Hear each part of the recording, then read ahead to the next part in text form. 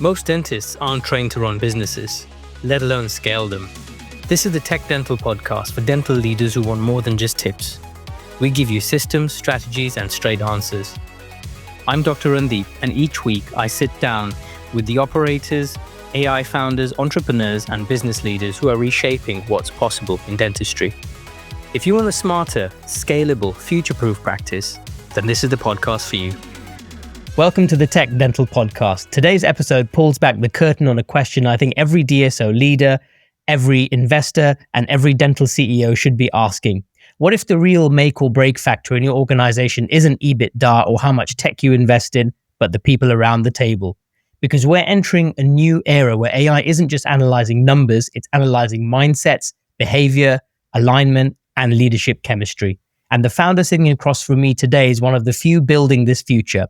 A Forbes 30 under 30, he's a crossover entrepreneur, and he's been on both sides of the investment table. He's assessed deals as a VC, and now he's building Etter Technologies, a psychometric AI platform that quantifies the human factor inside high-performing teams, from startups to large organizations. Soma, welcome to the TechDental podcast. Thank you so much for having me. It's going to be a really interesting chat. And I want to start with the big one. What if I told you most dental groups aren't failing because of strategy or capital? They're failing because the leadership team is fundamentally misaligned and no one is measuring it. What's your take on that? I would say you're 100%. Because if you see things on a grand scheme of things, 65% of businesses fail due to team-related issues, which is shocking because if you ask people what are your biggest worries, of course, number one, running out of money, not finding the product market fit, not finding the product market fit quickly enough, not generating enough sales, so on and so forth.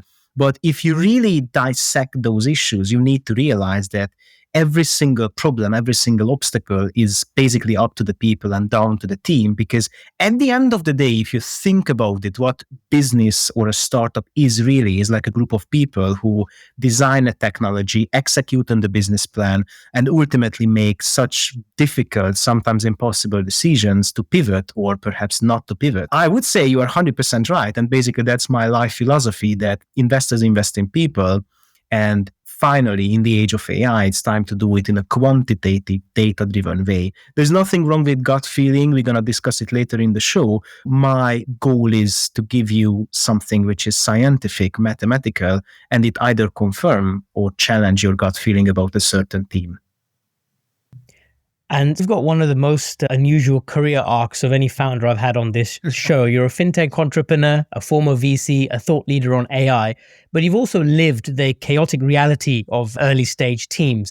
Take us right back from Budapest to venture capital to psychometric AI. How did this journey actually unfold? What made you say that the real problem isn't product or market, it's the team? If you're interested in my story, it started roughly 10 years ago when I first came to this country. Funnily enough, I had no entrepreneurial ambition. I didn't know anything about startup because, just in brackets, the culture where I came from, Eastern Europe, it's in a way really anti-entrepreneurial. There are a lot of stigmas in the system. If you ask anybody from Romania, Hungary, Czech Republic, people traditionally identified as the post-Soviet countries that, hey, what's an entrepreneur? Normally, it's a shady guy, a lot of under-the-table business. I know a guy who knows a guy who knows a guy. They're always rich, but you don't know where the money comes from. So as a childhood experience, when I arrived to the UK, I never ever wanted to be an entrepreneur. But very quickly, I fall in love with the university, like startup culture, that you can create something from nothing. And I had a couple of businesses while I was at uni. Some failed, some succeeded. I always had enough money to pay the tuition fee, pay the accommodation fee, put money on my table and support my family back at home, which I was really privileged with. And after when I finished university, I started to work on a significantly larger company, which turned out to be an absolutely exceptional team with and a really good idea, thank God.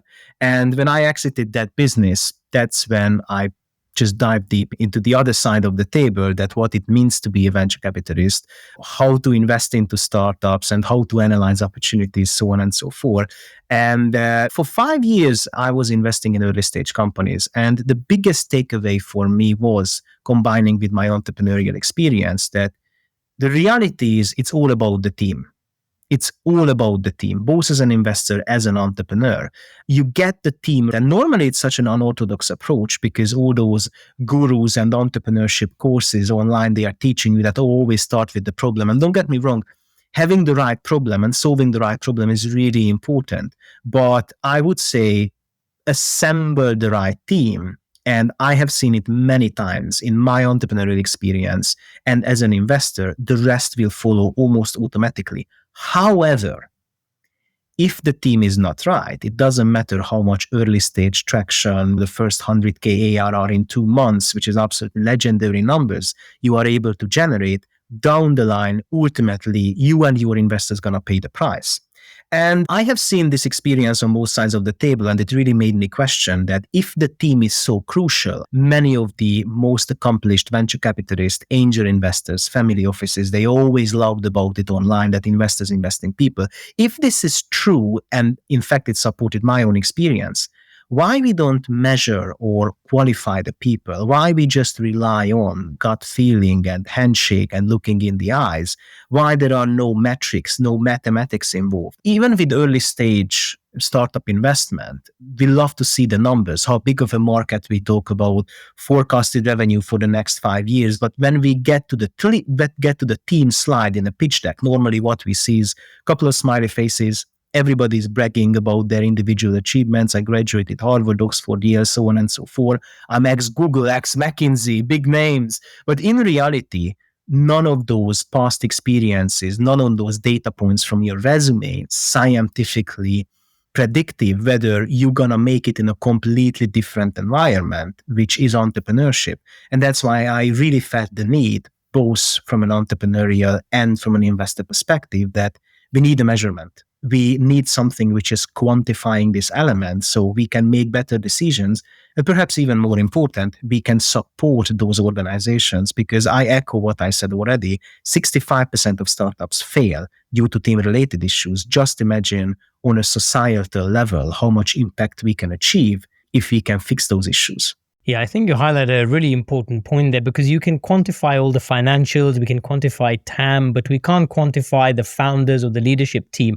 How do you surface these insights in Etter Technologies? Let's break down the platform in a way that the dental founders and DSO leaders can immediately understand, because the value proposition is insane. For someone running a dental group, how does this translate into a real operational value? What does a COO or a CEO see in these reports that are generated that they could never see before?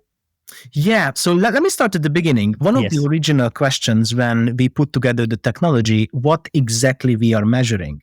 Because in academia, there are a lot of research about the entrepreneurial persona, but in reality, nobody managed to crack the code that universally how an entrepreneurial, like a business team should look like.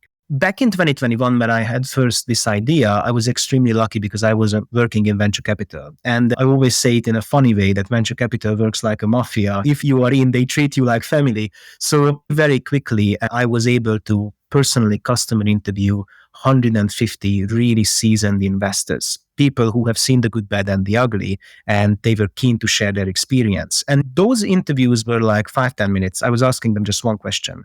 We all agree around the table that investors invest in people. Tell me what are the factors. Tell me how a good team should look like. Tell me how a bad team should look like. Tell me what you are looking for, because I want to give you a tool which is quantifying all of that. And as a result of the primary and the secondary research, we identified, as we call it, the Big 20. These are the proven to be predictive factors, which are really telling you, a CEO, a CFO, or a CEO, or an investor, that does this team have what it takes to turn an idea in a garage into a hyper profitable business? So we are measuring against that. And among these factors, you can find stuff which is kind of mundane and everybody knows it, like resilience or probability to burn out. As a startup team, you shouldn't burn out because there's a lot of stress on you. But also we identified factors which are less well known and they are not really the usual suspects, like synergistic support or conscientiousness. And we are measuring against these factors. But when you take a look at our reports, it's important to highlight that we are much more than a simple scoring system. And let me tell you why. Because when I first showed the original product to investors and startups, the feedback was terrific. They said that it's just not useful what I see in the report, because you are telling me that this startup team has a resilience score 7 out of 10. Now, what's the context? Is it good? Is it bad? What's the narrative here? And that's when we realized that we must measure, but equally we must benchmark the data what we have. And I always say that as of today, what I'm the most proud of and possibly what's the most valuable asset beyond the proprietary technology of our company, that we tested 10,000 startup teams, good ones and bad ones equally. And that's how we generate those target ranges. To tell you an example that why it's important, like conscientiousness is absolutely excellent to visualize it to you. If you are too conscientious, you have a tendency to be perfectionist. You are just polishing and polishing your product. You never release it to the market because you are so afraid to disappoint your clients. Now, lack of conscientiousness on the other side, well, simply you are like the Wolf of Wall Street. You just sell and make those gigantic promises, but you never deliver. Now, in reality, an exceptionally good startup team must be somewhere in the middle.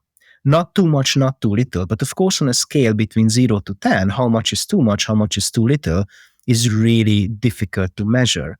And that's why we set up those target ranges, what we calculate from the most successful companies' data, what we hold in our books.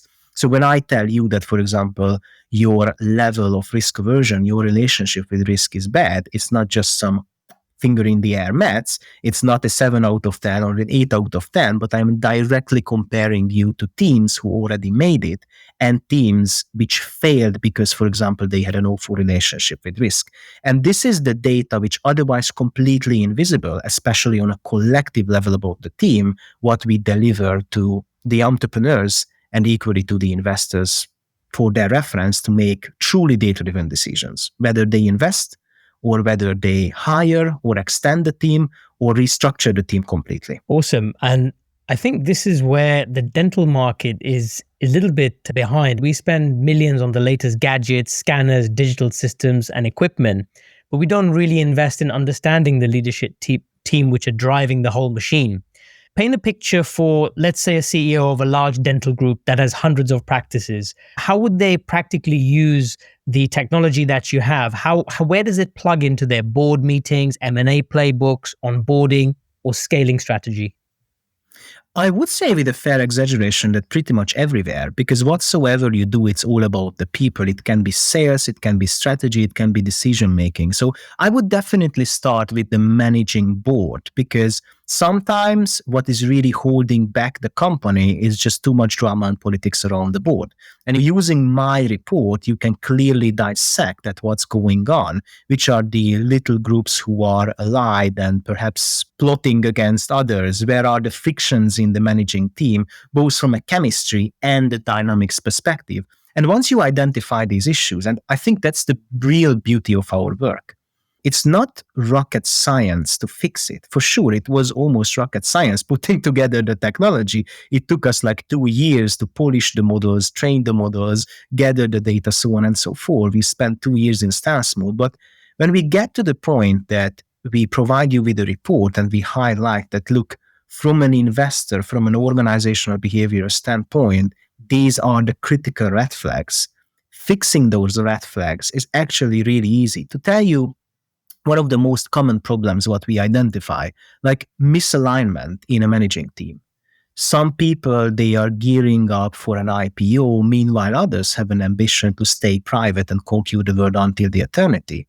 Two completely separate visions. And you would expect that if they are rowing in the same boat, of course, the direction is set and crystal clear. But in reality, when you look deeper, when you look into the behavior of the individuals, you realize that yes, they are on the same boat on paper, but they are rowing in a complete different direction. So on a managerial level, I think it's really important to analyze the performance of the people, their alignment, their chemistry, their dynamics.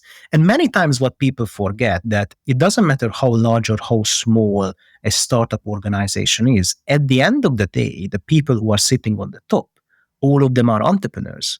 So what we do, that basically we analyze their entrepreneurial persona. And I think the key here is absolutely openness and harmony, because the best organizations we measure, and it's visible in their sales numbers, it's visible in their revenue, in their EBITDA, and everywhere, that they are able to create a culture where everybody is open. They are sharing. They are not just sitting in their own department, in their own box, and trying to build walls inside the organization, but actually they are equally contributing. And creating such a culture is really difficult without understanding the individuals and the little groups in the team from a data-driven perspective. And there's a stat that I have here, I think it's attributed to yourself. It's 70% of startup teams are misaligned and they don't even know it. What are you mentioned some of the misalignments. What are some of the other common misalignments that you've seen from your research, and how do they tend to manifest? Yeah, so one of the biggest one that where the company is really going. And once again, everybody is an entrepreneur in a startup. So it's really easy to chase a different dream when you are so heavily invested to make an idea into reality. And the other critical misalignment point, according to our research, is actually the rapidity of growth. There is a really famous paradigm in entrepreneurial science, and this is the rich versus king. Now, as they say, there are two types of entrepreneurs. In reality, there are many more, but just for the sake of simplicity, let's simplify that. There are two types of entrepreneurs, the rich and the king. Now, the rich, Elon Musk would be an excellent example, is obsessed with valuation. They are not really a control freak person. They are more than happy to give both seats, to give control, to give power a lot of people, as long as the valuation is absolutely skyrocketing and growing systematically on a month by month, almost week by week basis. The king is almost the exact opposite, someone who's obsessed with control. They want to set the future of the organization. They are the visionaries, and they have this illusion or disillusion, whatever you want to call it, that they are the only one whose leadership can make this company successful. No one else is as much of an expert as they are in management in the actual matter of fact. Therefore, everybody must lead them. They are normally really cautious giving up equity and giving up control over the company. Therefore, their model is more of a bootstrapping and less of a raising capital. Now, the tricky thing here, that there's no right or wrong. I can tell you from the top of my head, beyond Elon Musk, 10 unicorn founders who are an excellent archetype of the rich, and equally 10 or 15 unicorn founders who are a good archetype of the king. So it's not one or the other, but as a team, you must be aligned that are we rich or are we king? And this is something what we see a lot of time, that people have a completely different plan, vision, and agenda where the company should go. And the other thing that when we speak about raising capital or bootstrapping, obviously one or the other can accelerate and slow down the growth of the business. And the rapidity, how the business should grow, that's another thing, which can be a critical point of the misalignment. And when we get to the point that they have enough financial resources to finally extend the team, the methodology of hiring, according to our research, is another critical point. Just to tell you one example, there are people like Simon Sinek who are really famous saying that I don't hire for skills, I hire for the attitude. Maybe there is a candidate who is less skilled, less experienced. However, their enthusiasm, what I'm really investing my money in, and hey, I'm going to teach them. I'm going to guide them. I'm going to mentor them. As long as they are enthusiastic about the vision, I don't care. And on the other side, there are the people who say that, look, I need a matter of expert. I need a sales guy with 10, 15 years experience. Maybe they are not very enthusiastic about what we are doing, what the product, what we are selling, what the services, what we are providing. But if they have X, Y, and Z years of experience in the right industry, come on, they're going to do a good job. And the rest, their integration in the culture, I'm going to take care about that. Once again, two completely different vision regarding the future of the company, an excellent opportunity to be misaligned. And I just would like to repeat myself that there's no right or wrong. So I'm not saying that you should be A or B or A, but I'm definitely stating that you must dedicate your company, your team behind one of those solutions. Otherwise, the misalignment in the long run is going to ruin everything. And I think that's again a very vital point, where these misalignments, historically they haven't been brought to the forefront before. I think before the advent of AI, now we have real opportunity with the AI technology to surface these insights. And it's interesting the amount of research that's gone into this. And it's something I think dental investors really need to hear as well. Imagine you're presenting a board deck to private equity. You've got revenue, you've got EBITDA, growth plans, but then you add, here's a psychometric and behavioral profile of our entire leadership team, quantified and independently validated. That's now in a different league. How do you see reports being used to de-risk M&A, increase valuation confidence, or support roll-ups? It was really interesting that originally I designed this product for my own industry, which was venture capital. But down the line, we realized that it's just useful almost everywhere in the startup ecosystem. Like a couple of months after we released the first product, a lot of incubators and accelerators knocked on our door and they said that, hey, we want to use the product, but not just for the investment decision making, as you said, like de-risking the human element in the investment equation, but for the monitoring.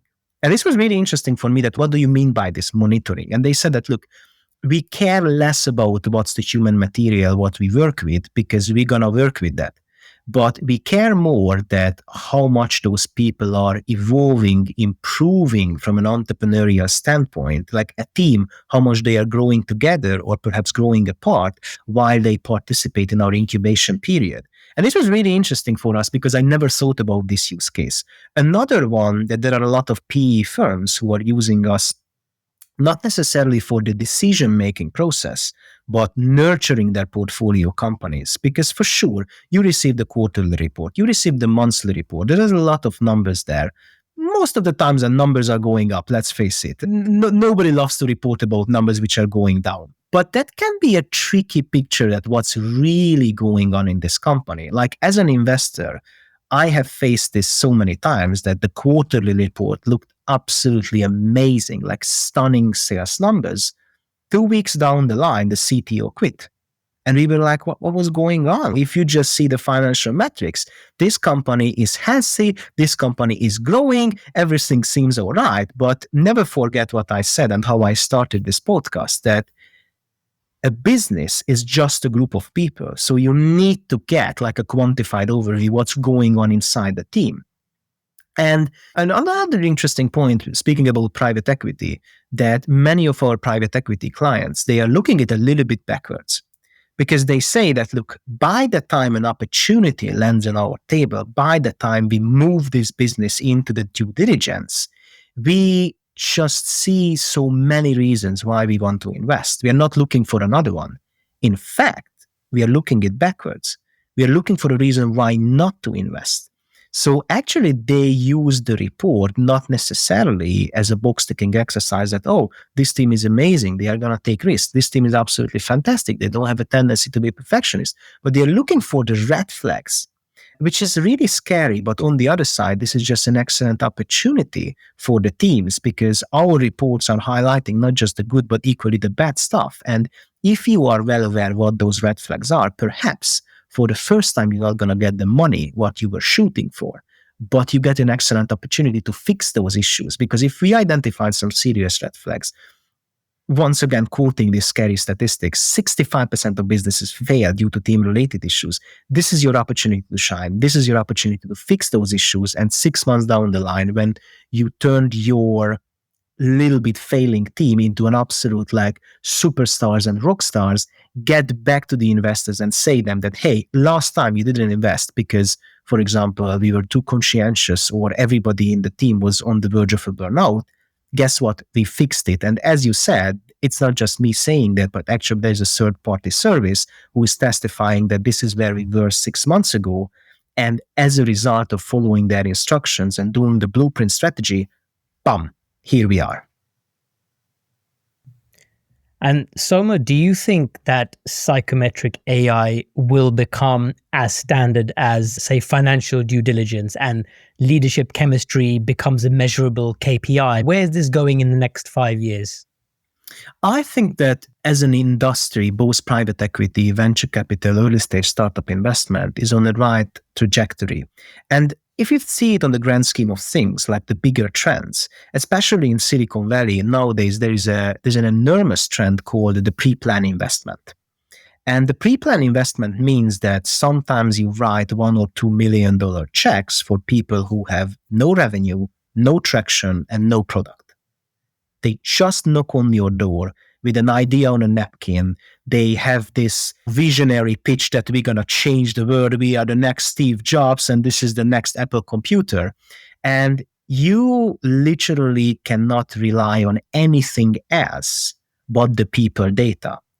And given how much of a data-driven revolution is happening in this space, if I need to draw this comparison, I would say that as much as venture capital and private equity is changing from almost like a betting business into a proper financial, mathematically backed industry, the same change happened in the 80s with the hedge funds. And nowadays, if I tell you that a hedge fund, normally you think about people who are sitting in front of 6 or 9 monitors. There's a lot of algorithm going on. But if we go back like 40 years, hedge funds were completely different. A couple of guys sitting in a room, they are always on the phone. Hey, let's buy IBM. It's a sure winner, blah, blah, blah. And yeah, let's buy IBM. Yeah, it sounds good. And just take a look at it, at how much mathematics and a data-driven approach completely reshaped this industry. Nowadays, I think around 90% of the hedge funds, they are completely model-driven, data-driven, and they are not hiring anymore those cheeky salespeople who are always on the phone, but they are hiring mathematicians. They are hiring PhD people who had extremely elaborate knowledge about mathematics, statistics, physics, so on and so forth. And the same revolution is happening right here and right now in venture capital and private equity. And I believe, given how much people are investing in the people, I easily can imagine that in the next 5 or 10 years, this psychometric AI, what we are doing, is going to be the gold standard for early stage investment, and equally in later stage investment, de-risking the human factor. Because for sure, AI is rewriting the whole market, but I'm telling you, as an investor and as an entrepreneur, one thing is not going to change. Investors will always invest in people.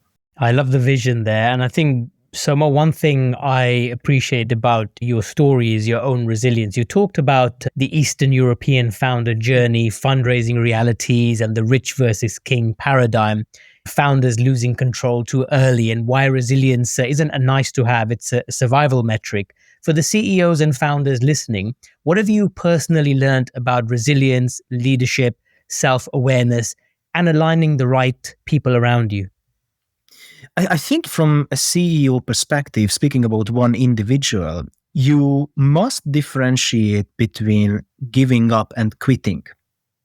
Because I think from a communication standpoint, the whole industry is not doing a very good job, like washing those two things together. Meanwhile, in reality, especially from a CEO and entrepreneur perspective, those are two completely different things. Because if you are stubborn and you are just bashing your head against the wall and you try to be the smartest guy in the room, maybe it's going to work, but the probability is very low. Meanwhile, if you go with an open heart, if you listen to the criticism, listen to the feedback, try to build it in, and sometimes you realize that, look, we need to pivot. We need to abandon a certain idea so the company and the vision can survive. And Slack is an excellent example. For example, when you say that, look, we built something which has a completely different use case than what we thought originally, so let's embrace it. Don't just bash your head against the wall and try to sell something in a certain way just because this is what we do. I never quit. I never give up. It's very important to be resilient. It's very important to always bounce back, but just as important to listen to the market, adopt, and be flexible. And I think from a resilience standpoint, this is one of the greatest lessons I learned during my journey. Now, surrounding yourself with people, I think there is one key trait here, what you should be always careful. And this is something which we partially touched. It's the alignment, or shall I say, the adaptability of the people. And I would love to tell you that example, because from this standpoint, that's my absolute favorite. Steve Jobs and Bill Gates. We know these names. We know the legendary companies, what they build. They are absolutely part of our everyday life. But what not many people know, that although Microsoft and Apple were both extremely successful unicorns, decacorns, whatever you want to call them, the leadership style and how Jobs and Gates built the teams, it couldn't be more different. Jobs was a classic, what we call as visionary slash dictator. I have my own agenda. Either you submit to me or I will bulldoze you out of the picture. You do as I command, and that's the only say in the company. Gates, on the other hand, was somebody who was a little bit more soft, if you don't mind me saying this way. He was like, look, I don't really have an agenda. I want to surround myself with really smart people, open up the floor, provide them with the best possible equipment, and make sure everybody is equal partner. So we share together and we create the agenda together. It goes without saying, two completely different approach, but equally successful. Now, when you are recruiting your team, what you should be careful that never recruit a person who is comfortable with the Steve Jobs environment in a Bill Gates team, and of course, vice versa. Find the people who are a good match, a good fit with your leadership style, with the company culture, what you want to create. And if someone is extremely skilled and an individual lone wolf genius, but not a good match with the team, hire fast, fire even faster. Yeah, that's absolutely great advice there, Soma. And we're almost coming to the end of the podcast. What I like to do towards the end is have a lightning round of some quick fire questions just to get more into the mindset, the entrepreneurial mindset that you have. So let's kick off. Number one, what's one belief about leadership that you think will be obsolete in 5 years? That's a good one. I think there are a lot of people who misinterpret leadership that, as a leader, you must do more than anybody else. And I believe in 5 years especially, leaders will be the biggest servants of the company. You must serve the people. You must prioritize your people because they are the business. And you must be somebody who is not working on the project, not working on the company, but actually working on the culture, which is the group of people. And I think that especially in the AI era, when vibe coding, vibe marketing, vibe selling, everything is available, everything is very quickly, creating a culture where you serve is absolutely essential. And you don't need to be the greatest Superman who is, I take care about everything so other people just watch and learn, but collaborate, serve, and provide an environment where everybody can flourish. Yeah, I think there's definitely, as I say, culture is key, and that's something that's not going to change anytime soon. And our second question here: what's the most underrated trait in a high-performing team that almost no investor is measuring, but they should be? Synergistic support. Beyond the shadow of a doubt, synergistic support. And it was so interesting for me when we were comparing the notes from the investors, as I told you, from the customer interviews and the academic research. And very quickly we realized that synergistic support is so essential. And not many people know what this is. So if you don't mind, just in brackets, I would explain that what it is and why it's so important. So there are a lot of different personalities in the team, which means that people switch off and switch on differently. I see teams on a daily basis where the CEO is someone who is really loud. If you have a bad day, you just need to hit the pub and hit it hard. Meanwhile, the CTO, a classic stereotype, isn't it? Meanwhile, the CTO is someone who is a little bit more modest. If they have a bad day, they just need to go home, switch off all the electric devices, sit in the dark, have a chamomile tea, and 3 hours later, both of those people will be back in the office completely calmed down. Synergistic support means that you understand what are the needs and desires of the others, and you don't try to push your own agenda. Because just imagine, and this happens so many times, let's suppose this CEO character I just portrayed, they have a bad day, and the CEO says that, look, mate, it was a really bad day. You went through on some really serious crap. Let me help you. Let's hit the pub. This would just escalate the situation because that's not the way how this person deals with stress and challenges. So you always need to be careful that for sure you have a good intention, but you need to have the right synergy in order to provide the synergistic support. Not many people talk about it. even less measuring it. Of course, this is one of the factors what we are scoring against. But mark my word, it's absolutely essential operating, scaling, and building a team. I love that because it's something that I haven't heard before, and it paints such a powerful picture. And why go against somebody's human nature? People do things differently, let them do what works for them. And the final one here, Soma, and I think you may have touched on this slightly with your previous one, but if every dental CEO listening could implement one psychometric insight tomorrow that will change their organization, what would it be? I think given the industry where you operate, which is medtech, biotech, and life science, I would bet 100 to 1, and this is going to be just my finger in the air maths based on the surface level data, that most of you are struggling putting perfectionism in its right place in the industry. So I would say that do the ETA test and listen carefully what it says about your team in your attitude towards product and in your conscientiousness level. Because my experience suggests that those people are absolutely brilliant, one of the smartest entrepreneurs ever. And therefore, they have a hard time prioritizing that when is the right time to start selling, to implementing new services, so on and so forth. You have a tendency to sit on it longer than it's expected.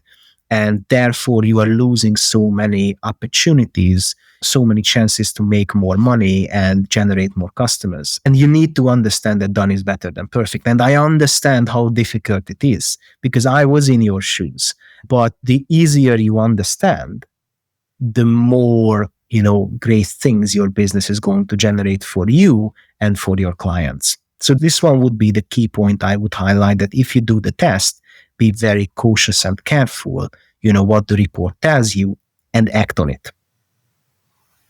Awesome. I think you've hit the nail on the head there. Soma, this has been a masterclass in something the dental world barely talks about, which is the human architecture that determines whether a group scales or collapses. Where can our listeners connect with you?